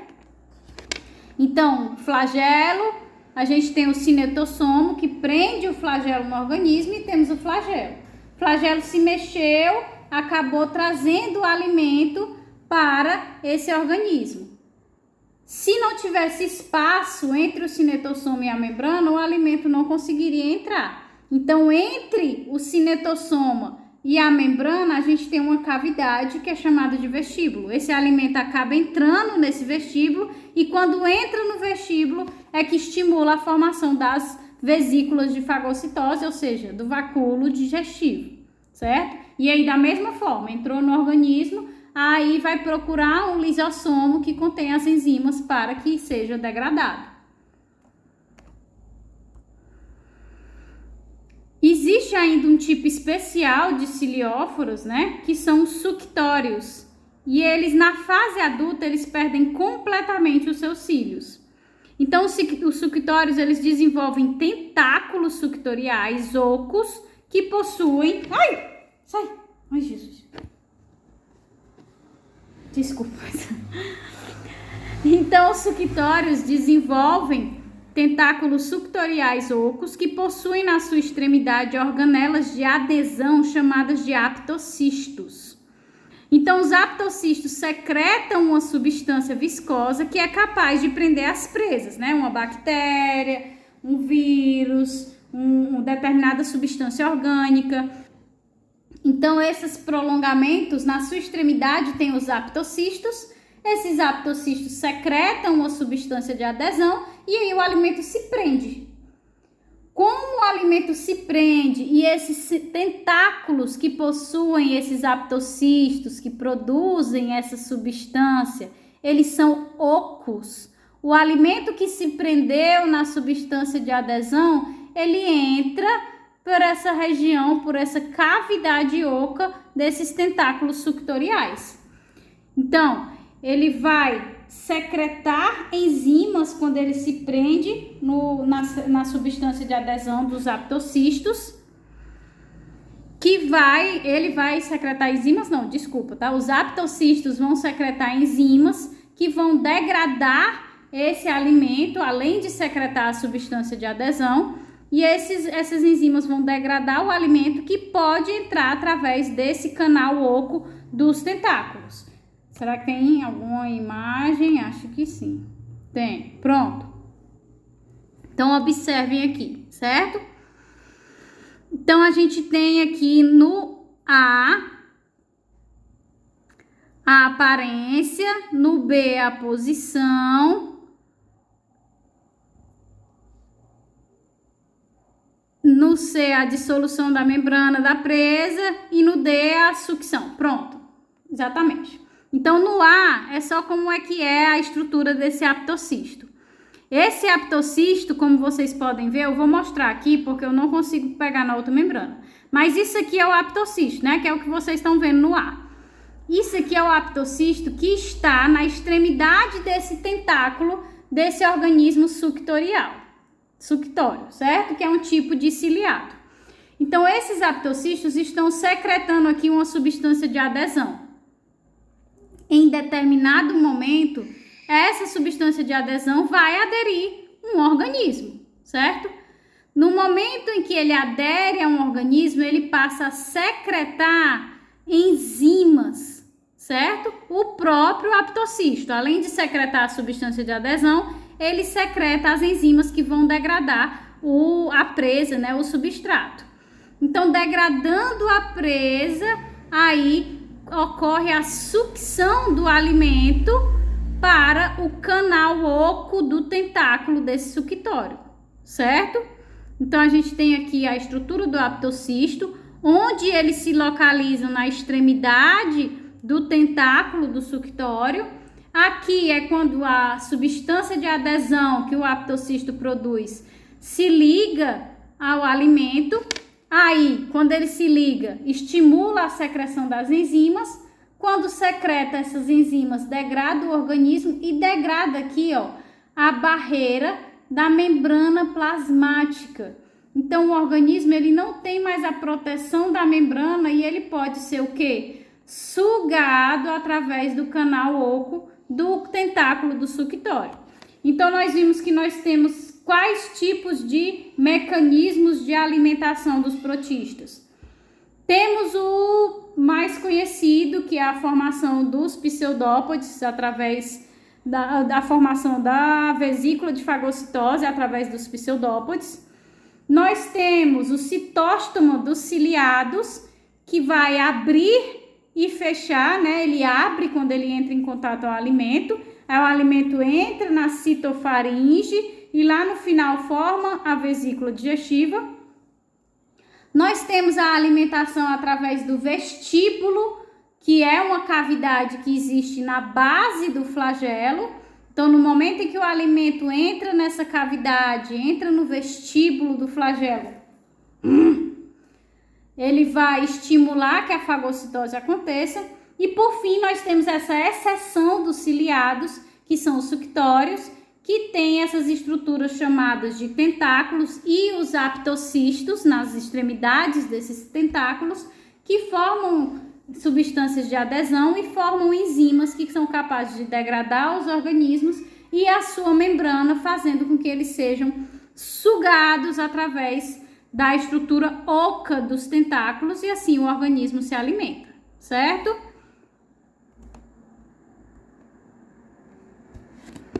E quanto à excreção, né? A excreção dos protistas ela é feita por difusão ou por exocitose. E no final da digestão, os vacúolos digestivos participam dessa exocitose dos restos não digeridos. Então, o vacúolo digestivo que ele é formado e ele se funde lá com os lisossomos para que as enzimas degradem, né, o alimento, ele vai, aquilo que não foi utilizado no metabolismo do organismo, ele vai fazer a excreção daquelas substâncias. E essa excreção é pelo processo de exocitose ou por difusão, ou seja, eles saem diretamente através da membrana ou eles vão sair através de uma vesícula de exocitose, que é a mesma coisa da vesícula de fagocitose, só que para fora. Ele vem e empurra, né, a membrana para que seja liberado os excretas na região externa do organismo. Então, naqueles protistas que não têm exoesqueleto ou reforço na membrana plasmática, como a película ou o complexo cortical, a exocitose ela pode ser feita através dos vacúolos digestivos que só encostam na membrana e se abrem no meio externo. Já naqueles protistas que têm o exoesqueleto ou têm o reforço, né, a película ou o complexo cortical, a exocitose ela vai ser feita na região das aberturas da carapaça ou dessas estruturas. Então, os ciliados têm uma abertura no complexo cortical, denominada de citoprócto, por onde é feita a excreção. E nos esporozoários, a egestão é feita pelo microporo. Então, nós temos aí algumas exceções, né? Se o organismo não tem carapaça, não tem película e não tem complexo cortical, a exocitose é feita por difusão ou direto na membrana plasmática. Agora, se o organismo tem a carapaça ou a película, essa excreção ela vai precisar passar através das cavidades ou poros dessas estruturas. No caso dos ciliados, da mesma forma que ele tem uma boca para ingerir o alimento, que é o citóstomo, ele também tem como se fosse o ânus, né? Ele também tem uma estrutura para excreção, que é o chamado citoprócto. E é por lá que saem os excretas, e não através de exocitose. E os esporozoários também têm uma estrutura para excreção, não vai sair através de exocitose, que é o microporo, que é como se fosse também o ânus. Então, nós temos aí a excreção através da difusão ou da exocitose. Nós temos a excreção através de poros. Ou ele tem a excreção através de poros e cavidades nos que tem carapaça ou nos que tem película. Ou ele faz a excreção através do citoprócto nos ciliados, ou ele faz a excreção através do microporo nos esporozoários. Então aqui, ó, vocês visualizam, esse aqui são os organismos que não tem exoesqueleto, não tem película, não tem complexo cortical. Aquilo que não foi digerido, o vacúolo digestivo vem aqui na membrana e libera diretamente no meio externo, certo? E aqui é um esporozoário que ele tem o microporo, que é essa região que vai receber o que não foi digerido também pelo vacúolo digestivo e ele vai liberar nessa região e dessa região é que é liberado para o meio externo. É uma estrutura similar ao citoprócto dos ciliados, certo? Nós temos ainda no processo de osmorregulação organelas que estão localizadas na superfície celular, que são denominadas de estrussomos. Esses estrussomos, eles expelem substâncias para o meio externo. Existem vários tipos de estrussomos, certo? E os mais comuns são os mucocistos, que expelem substâncias mucosas, e também os toxistos, que expelem substâncias tóxicas que funcionam, obviamente, como defesa desses organismos. No complexo cortical dos ciliados aparecem estrussomos do tipo mucocisto, certo? Aqui, ó, aquele que a gente viu naquela figurinha, essa estrutura aqui é um estrussomo do tipo mucocisto, que fica secretando muco aqui nessa região, e esse muco ajuda na locomoção desse organismo e na propagação do movimento entre cada cílio, certo? Então, nós temos o mucocisto e nós temos também, muito comum, os toxistos, que vão secretar toxinas e liberam elas no meio para afastar predadores, certo?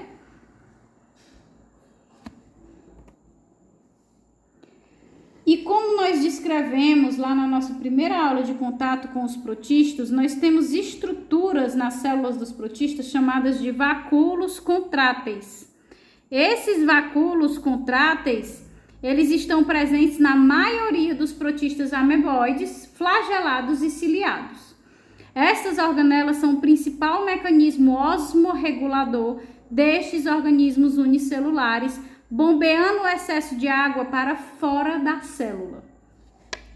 Eles ocorrem em número e forma variáveis, mas cada vacúolo está conectado através de microcanais com pequenas vesículas periféricas que drenam o excedente de água de diversas partes do citoplasma. Essas vesículas, quando estão cheias, se contraem e enchem o vacúolo, que se expande. Quando o vacúolo está cheio, há uma contração que expulsa a água do seu interior para fora da célula através de um canal exalante que desemboca num poro excretor.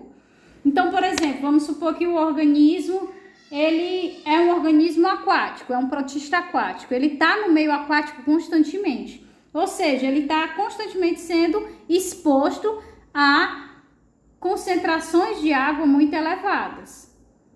E ele, por exemplo, após a alimentação, quando a quantidade de nutrientes reduziu, provavelmente pode ser que a concentração interna dele seja menor do que a concentração do meio.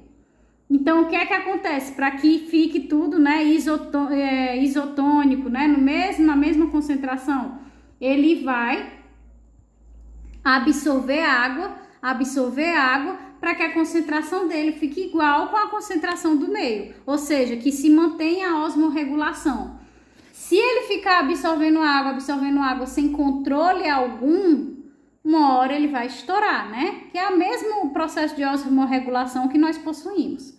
Então, ele precisa de uma estrutura que tire essa água que ele fica absorvendo por osmose de dentro dele. E essa estrutura que remove a água em excesso é o vacúolo contrátil.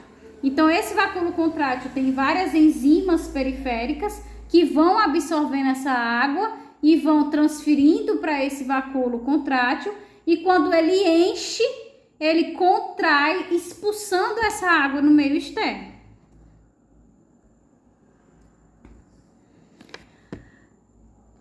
E agora falando sobre como é que acontece a circulação, né, de nutrientes e as trocas gasosas nos protistas. Então, a distribuição de nutrientes e as trocas gasosas, ela vai ser feita por difusão, né? Difusão simples ou a difusão facilitada por transporte ativo primário ou secundário, já que as distâncias elas são muito pequenas no mundo microscópico dos protistas. Então, a gente não precisa de transportadores, de proteínas muito complexas para que isso aconteça. A maioria dos processos ela ocorre por difusão. Então, a gente tem aqui, ó, para que o processo de troca, né, seja de nutrientes, seja de gases, aconteça entre o meio e o organismo, a gente tem aqui como barreira a membrana plasmática. Então, o transporte de um nutriente para dentro do organismo, né, ou determinada substância para dentro do organismo vai acontecer por difusão simples, quando a membrana ela é permeável, por difusão facilitada, quando a gente tem uma proteína canal, né, que difunde diretamente esse substrato através da membrana, ou por uma proteína carreadora que pode aí gastar energia, seja pelo transporte ativo primário ou secundário. Então, para se transportar o nutriente ou os gases do meio para a célula ou da célula para o meio, é o transporte básico, né, que a gente conhece. Difusão simples, difusão facilitada, que pode ser sem gasto de energia ou com gasto de energia. Certo, professor? Isso é o processo de transporte de nutrientes e gases entre o meio e o organismo. Mas e lá dentro do organismo? Então, a digestão está acontecendo lá no vacúolo digestivo, ligado com o lisossomo, está acontecendo a digestão. Depois que todos os nutrientes foram formados, como é que eu envio esses nutrientes para todas as partes desse organismo? E aí, esse processo, como são organismos microscópicos, esse processo ele acontece por aqui difusão simples dentro do citoplasma mesmo, né? Então, ele recebe esse vacúolo digestivo, libera os nutrientes e esses nutrientes eles vão se difundindo por todo o organismo, porque é um organismo microscópico, então essa difusão ela é possível, certo? Então, entre o meio e o organismo são os transportes, né, passivos ou ativos que a gente já conhece, e dentro do organismo é a difusão simples mesmo. E quanto à sensibilidade desse organismo, deixa eu só ver em que ponto nós estamos, pessoal. Eu acho que a gente termina um pouquinho tarde hoje, tá? Acho que eu digo umas 9h15 no máximo, tá? Mas é porque essa aula realmente ela é mais extensa. Mas vamos lá. Então, quanto à sensibilidade, os protistas eles têm graus variáveis de sensibilidade, podendo responder aos estímulos ambientais com comportamentos considerados complexos para um organismo unicelular.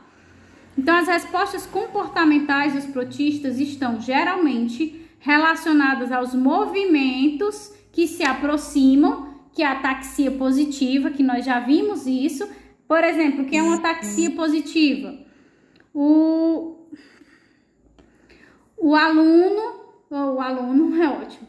O alimento tá aqui na direita do organismo, então ele sabe, ele recebeu o estímulo do alimento, ele vai ter uma ataxia positiva para se direcionar até o alimento, certo? Então, a ataxia positiva é quando ele vai de encontro ao estímulo. Já se ele se afasta da fonte do estímulo, se é uma ataxia negativa, por exemplo, aqui ele tem um predador, esse predador está liberando o estímulo negativo de predação. Então, ele vai se afastar do predador. Esse processo de se afastar do estímulo é a ataxia negativa. Quando ele vai de encontro ao estímulo, é ataxia positiva. Quando ele se afasta, é ataxia negativa. Estas taxias, elas podem estar relacionadas... Meu Deus, não consigo me mexer. Elas podem estar relacionadas à sensibilidade e à condutividade do citoplasma, como ocorre nas amebas. Nos flagelados e nos ciliados, os flagelos e os cílios têm função sensitiva, né? Eles recebem o sinal do meio e vão reagir modificando os padrões de movimentos em busca de alimento ou de fuga, né? No caso da ataxia negativa. Ou, no caso dos pedunculados, através da contração violenta do pedúnculo, certo? Então, ou vai haver um movimento dos pseudópodes lá de sol para gel na direção do estímulo, que é a ataxia positiva, ou vai ser o movimento dos pseudópodes de sol, gel, gel, sol, para se afastar do estímulo, que é a ataxia negativa. Da mesma forma, para o movimento dos flagelos e dos cílios. Eles se contraem de forma a direcionar o organismo para o estímulo, se for uma ataxia positiva, ou eles se contraem de forma a locomover aquele organismo para se afastar do estímulo, que é a ataxia negativa. Como reação de defesa, né, que a gente já inclusive viu, nós temos aí os toxistos que ejetam o seu conteúdo tóxico no meio. Temos também protistas fotossintéticos que têm taxia positiva para baixa ou média intensidade luminosa e taxia negativa para intensidades muito fortes de luz. Então vocês já viram, nós já discutimos que existem protistas que são fotossintéticos. No entanto, eles conseguem realizar uma taxa ótima de fotossíntese a intensidades baixas e médias de luz solar. Enquanto em luz de intensidade alta solar, eles não conseguem efetuar uma fotossíntese ótima, né? Uma taxa fotossintética ótima. Então, eles fazem taxia negativa, né? Eles se afastam da intensidade solar alta e eles têm taxia positiva, ou seja, eles se aproximam da intensidade solar baixa e média, porque é onde eles realizam uma taxa ótima de fotossíntese, certo? Existem algumas organelas que são especializadas na percepção luminosa e aí contribuem nesse processo de taxia negativa ou positiva quanto à luz, que são as chamadas estigmas, que nós vamos ver quando a gente for estudar os mastigóforos, os flagelados. Os estigmas, eles vão variar desde simples pigmentos, que têm essa capacidade de captar a intensidade de luz solar, a estruturas complexas que têm um formato de lente, né? E aí reflete essa luz solar e consegue ter essa percepção de sinal. Nós vamos ver em detalhes o papel desses estigmas lá quando formos estudar os flagelados. Continuando quanto às reações de defesa, nós temos os toxistos que vão ejetar o seu conteúdo tóxico, tá repetindo, né? Acho que é porque eu queria mostrar aí a figura. Eu botei o texto anterior sem a figura e aí eu coloquei depois com a figura e esqueci de apagar o outro. Isso aqui é o estigma. É essa estrutura que funciona como lentes, que tem a capacidade de ler a intensidade luminosa. Então, é ele que vai estimular o flagelo ou o cílio, né? No caso aqui, é o flagelo, porque é característico dos flagelados. Então, é ele que vai estimular o flagelo a se movimentar, seja para se afastar, né? A taxia negativa, no caso da luz solar intensa, ou seja, para se aproximar, no caso da intensidade solar baixa e média, que é o caso da taxia positiva. Então, ele quem recebe o sinal e passa esse sinal para a estrutura de locomoção para saber se ele vai realizar uma taxia positiva ou negativa. Então, é o estigma que recebe esse sinal para fazer essa movimentação positiva ou negativa. E para finalizar, nós vamos ver a reprodução dos protistas de forma geral. Então, os protistas, eles realizam tanto reprodução assexuada quanto reprodução sexuada. A assexuada é uma novidade evolutiva dos eucariontes e deve ter surgido durante a origem do reino protista. Já a reprodução assexuada vai ser um estado plesiomórfico antigo que foi herdado dos ancestrais procariontes. Então, existem 3 tipos de reprodução assexuada que a gente pode destacar: a fissão binária, a fissão múltipla e o brotamento, que nós já vimos também na aula anterior. Então, a fissão binária nada mais é do que uma divisão mitótica simples, onde uma célula mãe vai dar origem a 2 células filhas iguais, né, depois de duplicar o seu DNA após o processo de citossinese. Na fissão múltipla vão ocorrer múltiplas divisões nucleares, ou seja, vão dar origem a vários núcleos, e depois de dar origem a esses vários núcleos, é que nós vamos ter a divisão que dará origem a várias células, certo? Só que não vai ser igual à célula mãe, porque a gente viu na figurinha na aula passada. É uma célula assim, que com vários núcleos, né, multiplicados dentro. E quando vai formar várias células filhas, elas são várias célulazinhas pequenininhas, né? Então, não são idênticas, como é o caso da fissão binária.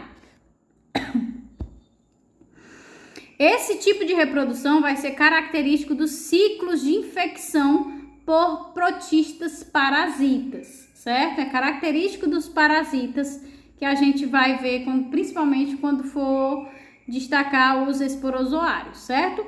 Então, o brotamento ocorre quando, após uma cariocinese, destaca-se por citocinese desigual uma célula filha de menor tamanho que a célula mãe.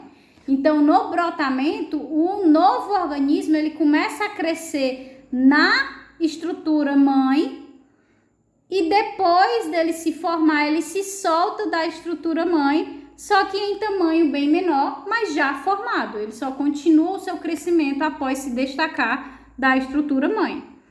Então, nós temos aí, primeiro exemplo, a fissão binária, né? Que é a divisão em duas células filhas idênticas à célula mãe, certo? A duplicar o aumento do tamanho, duplicação do material genético, e aí divide-se em duas células iguais. Nós temos aí mostrando também o brotamento, ó, todas essas estruturas que estão na superfície aqui, essas bolinhas, né? São novos organismos que estão nascendo desse organismo mãe, desse organismo principal, e depois que eles se formarem pequenos, eles se destacam e dão origem a um novo organismo, certo? Então, eles se destacam e dão origem a um novo organismo. Aqui, ó, a gente tem mais um exemplo de brotamento. Não temos o exemplo da fissão múltipla, mas a gente tem na aula anterior. E vocês também podem jogar aí no Google fissão múltipla, que aparecem várias imagens que dá para visualizar direitinho a célula, né, grande, com vários núcleos dentro após a multiplicação, dando origem a várias células pequenininhas, cada uma com seu núcleo. Então, aqui a gente tem mais um, né, brotamento, em que começa a brotar o organismo e ele se destaca do organismo mãe para começar a crescer, a se desenvolver. Certo? Karine, isso aí é tipo aquelas esponjas do mar, né? Também. A esponja também se reproduz por brotamento.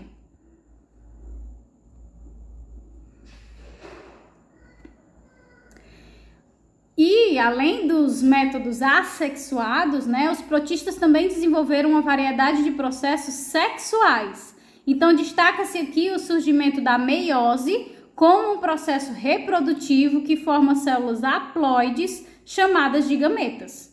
Então, a condição diploide vai ser restaurada quando as células haploides, ou seja, os gametas, se fundem. Esse processo de fusão, né, que é a fecundação, é chamado de singamia para os protistas. Então, as células de protistas responsáveis pela produção de gametas são chamadas de gamontes. Nós também vimos na aula passada. Então, os gamontes produzem os gametas e depois esses gametas se fundem aí no processo de singamia, né? Fazendo com que ocorra a produção do zigoto, do embrião.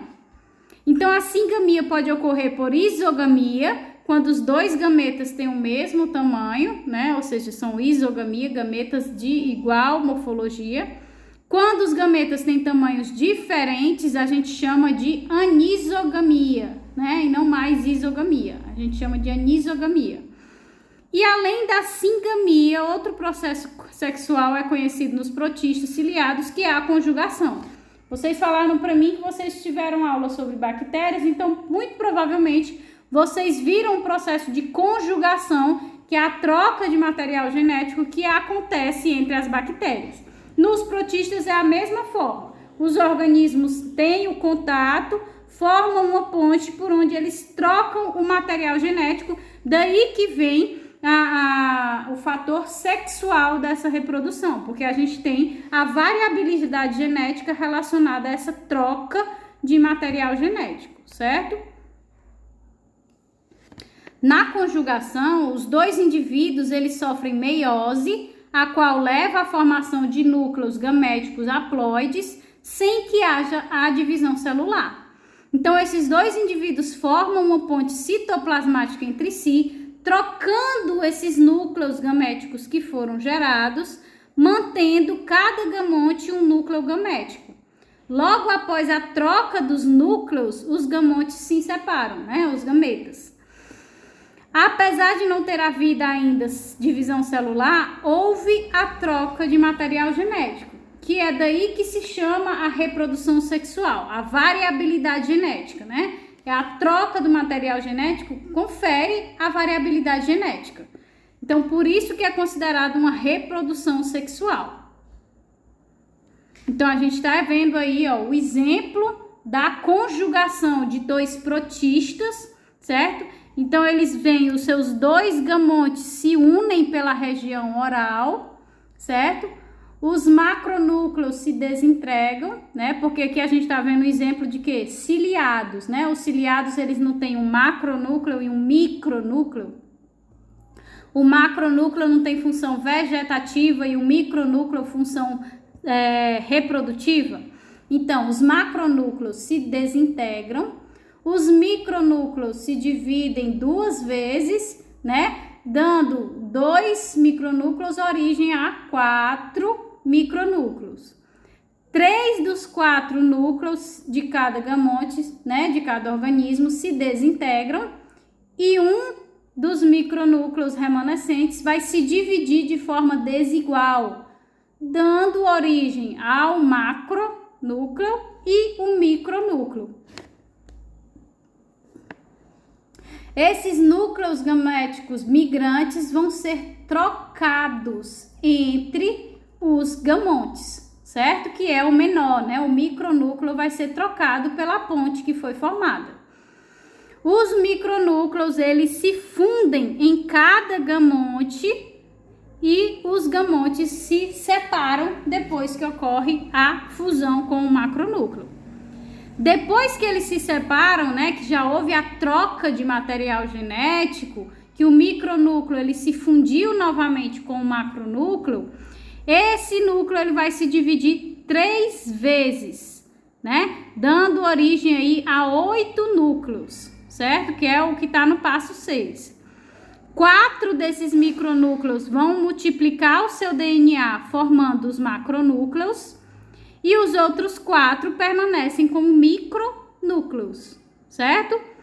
Vão ocorrer aí as divisões celulares que vão resultar em 4 indivíduos, cada um com seu macronúcleo e com seu micronúcleo, certo? Então, desfaz o macronúcleo, 2 micronúcleos dão origem a 4 em cada um. Depois disso, 3 vão se fundir formando um grande e fica um pequeno. Aí troca. Esse pequeno vem para cá, esse pequeno vem para lá. Depois que houve essa troca, esse pequenininho vai se fundir com esse grande, dando origem a um único núcleo bem grande. E aí, depois que houve a troca e a fusão, eles se separam. Depois da separação, esse núcleo bem grandão vai se dividir, dando origem a 8 núcleos. 4 deles vão se multiplicar para dar origem a 4 macronúcleos, porque não é um ciliado. O ciliado não tem que ter um macronúcleo e um micronúcleo. Então, 4 vão se multiplicar para dar origem a 4 macronúcleos e os outros 4 vão permanecer como micronúcleos. E aí ocorre a divisão, dando origem a 4 novos organismos, contendo cada um seu macronúcleo e seu micronúcleo. Ok, pessoal? Deu para compreender?